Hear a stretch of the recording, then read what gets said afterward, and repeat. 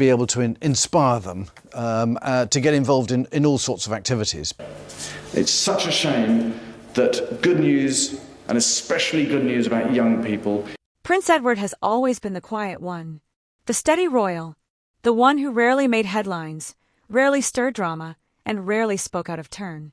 And that's exactly why people listened when he did. Because recently, 5 quiet words from Edward reportedly sent shockwaves through royal circles. I tried to warn her. But who was he talking about? What did he try to warn her of? And why now, after all these years of silence, would he let that slip? This wasn't a tabloid rumor. This was Prince Edward, a man known for discretion, hinting at something deeper, something hidden, something the royal family might rather leave unsaid. And once you understand the legacy he inherited and the quiet burden he carries, those 5 words start to sound a lot like a warning for all of us. If you're fascinated by untold royal truths, quiet power struggles, and stories the palace doesn't want you to hear, hit that subscribe button. You won't want to miss what's coming next. For decades, Edward kept his head down while the spotlight followed his siblings, Charles with his kingship, and with her grit, and Andrew with his scandals. Edward played the long game. He served quietly as the Earl of Wessex. He dedicated his time to youth, to the arts, to charitable causes. And then, on his 59th birthday, something shifted.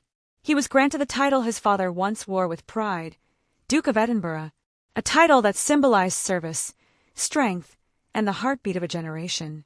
Prince Philip had shaped the name through action, especially through the Duke of Edinburgh's award, which became one of the most respected youth programs in the world. To many, Edward's promotion was long overdue. But for those paying attention, the timing raised questions. Why now? What had changed? And most importantly, what did this signal about the future of the monarchy? It wasn't the fanfare of Edward's new title that caught people off guard. It was what came shortly after. Quietly, and reportedly in private, Edward was said to have muttered, "I tried to warn her." Those 5 words sent royal commentators into overdrive. Was he talking about Meghan Markle? Was it about Catherine? Or someone else entirely? Some believed it was a reference to Meghan, someone who entered royal life with expectations that quickly collided with reality. Others thought he might have meant a more internal figure, someone within the palace walls. But whoever it was, one thing was clear: Edward had seen something coming. And he tried, quietly, perhaps unsuccessfully, to stop it. Prince Edward has never been one for headlines. That's part of what makes him so fascinating. He wasn't the heir. He wasn't the rebel. He didn't have the public scandals or dramatic interviews. But over time, he became one of the monarchy's most stable figures. A man whose leadership came not from volume but from consistency.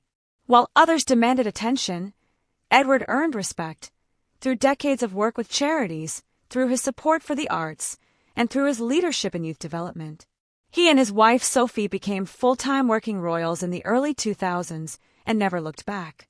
So when Edward does speak, even in half sentences, it carries weight. When asked about the Harry and Meghan situation, Edward didn't lash out. He didn't pick a side. Instead, he said simply, "It's very sad. We've all been there." That line hit differently. Because it didn't come from anger, it came from experience. From someone who understood what it meant to be in the royal machine, to feel the pressure, to be scrutinized and misunderstood. But it was also a signal, a quiet acknowledgement that behind palace doors, things weren't always as polished as they seemed. Edward had watched the toll public life took on those who weren't prepared for it. He'd seen the emotional damage when expectations shattered behind the scenes. He didn't need to elaborate. His choice to respond with empathy was revealing enough. That moment wasn't just about Meghan and Harry. It was about the entire system. The relentless weight of duty, the quiet isolation that comes with fame cloaked in tradition.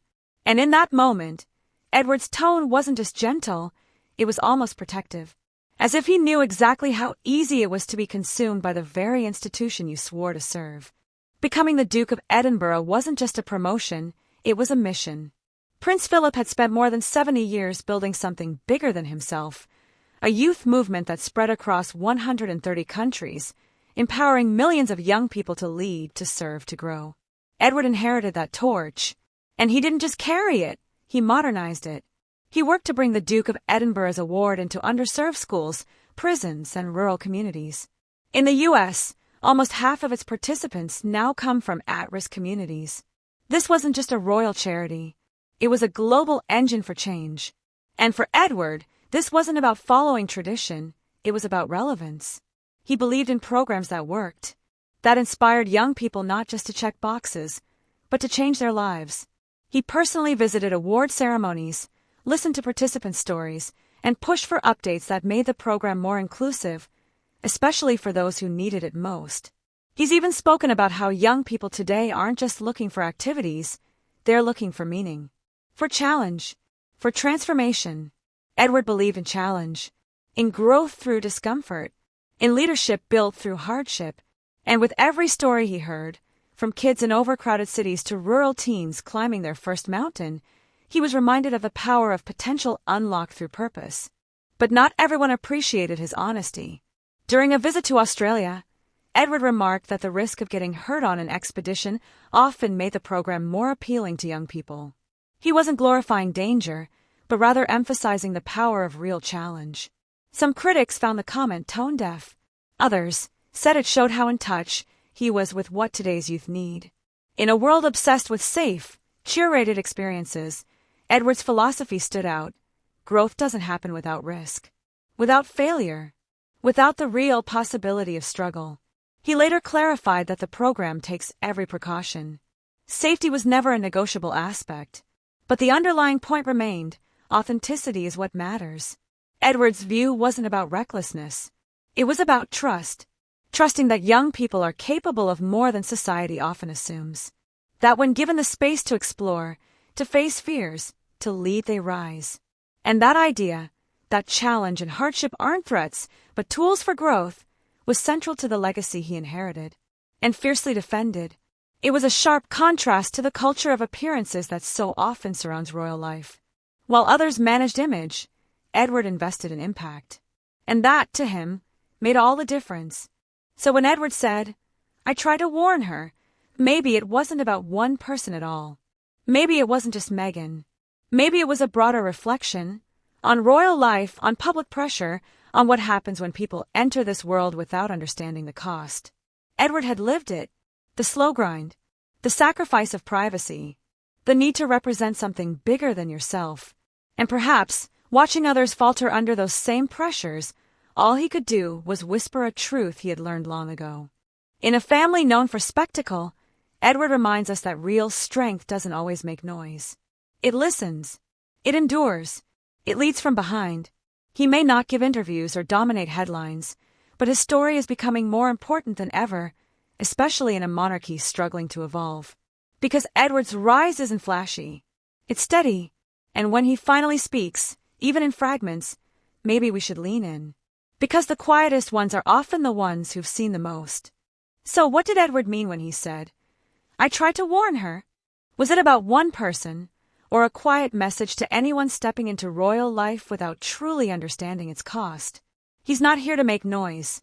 He's here to carry on, to serve with humility, to lead with empathy, and to protect a legacy built over generations. And maybe that's the real takeaway. In a world full of spectacle, sometimes the most powerful voice is the one that speaks softly but carries truth. Let us know what you think in the comments. Who was he warning and why? And if you're captivated by these hidden royal revelations, make sure to hit that subscribe button and join us for more. There's so much more beneath the crown.